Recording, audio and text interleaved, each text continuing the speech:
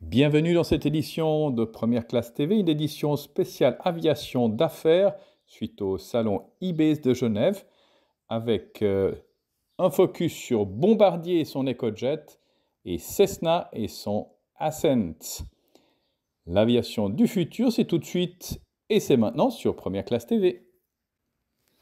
Bombardier a présenté les progrès réalisés dans le cadre de son projet de recherche EcoJet, une plateforme de recherche visant à développer des technologies avec pour objectif de réduire les émissions des avions en combinant aérodynamique avancée et propulsion améliorée. Après plusieurs années de recherche, l'entreprise vient d'achever la première phase d'essais en vol avec un modèle réduit d'avion à aile et fuselage intégrés, soit d'une taille correspondante à environ 7% de la taille réelle d'un avion d'affaires.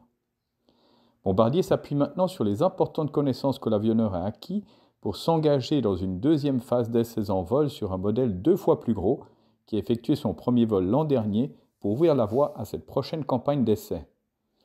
L'équipe de Bombardier a souligné les résultats très positifs obtenus durant les cycles d'optimisation du design et la première campagne d'essais en vol.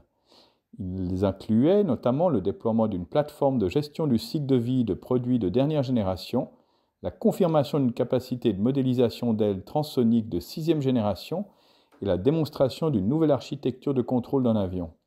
Ce projet de recherche et de technologie vise à réduire jusqu'à 50% les émissions en combinant des améliorations sur le plan de l'aérodynamique et de la propulsion.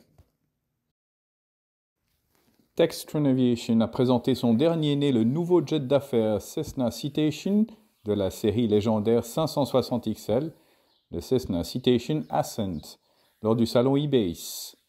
Le Citation Ascent est conçu avec un cockpit entièrement nouveau, des performances améliorées et une cabine plus luxueuse sur le marché des jets d'affaires de taille moyenne.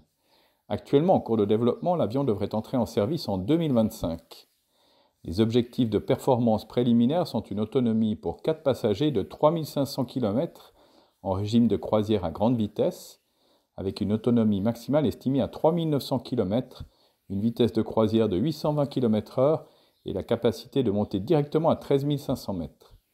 Les améliorations apportées à la conception de l'avion permettront de transporter une plus grande combinaison de charges utiles et de carburant, tout en conservant l'accès aux pistes courtes.